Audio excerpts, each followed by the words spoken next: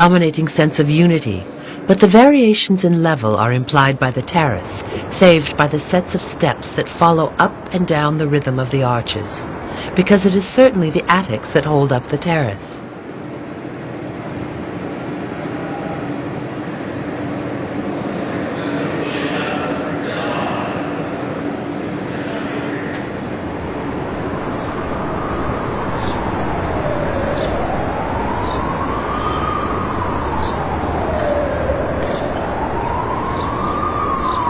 At the beginning of the 20th century, terraces were still considered as areas for waste, for henhouses or dovecotes, and clotheslines. Gaudi wanted to homogenize it all, looking for solutions between the rhythm of the facade and the finish of the roof. He soon came into conflict with the municipal regulations because his terrace took up too much room.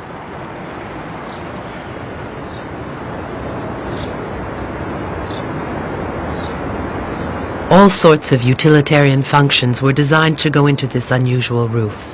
The upper part of the stairwells, ventilation shafts, chimneys, water tanks. Never any conventional air outlets. Some chimneys stand alone. Others are grouped in clusters to avoid a dispersion of smoke outlets.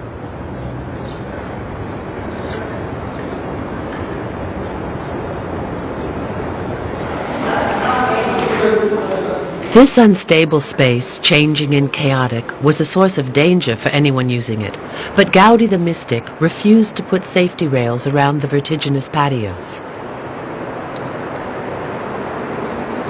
The guardrails were accepted in exchange for the excessive size of the terrace. Gaudi could have his dream terrace, but with guardrails as well.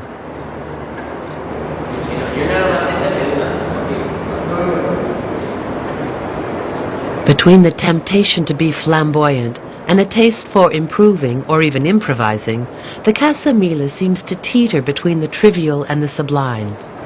Everyone decides on his own interpretations. There are no equal moments here, nor favored points of view. As a finishing touch to his edifice, Gaudi wanted to hoist a statue of the Virgin Mary to the summit of the monument he dedicated to Mary full of grace. Senora Mila and her husband were certainly a very pious couple, but all the same, they had ordered a building that was intended to be let out, not a cathedral.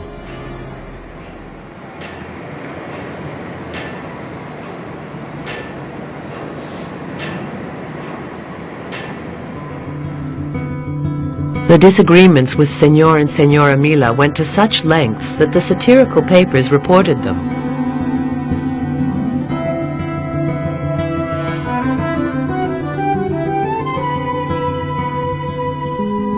Degenerate balconies from which, the ultimate crime in Catalonia, it is impossible to hang out the washing.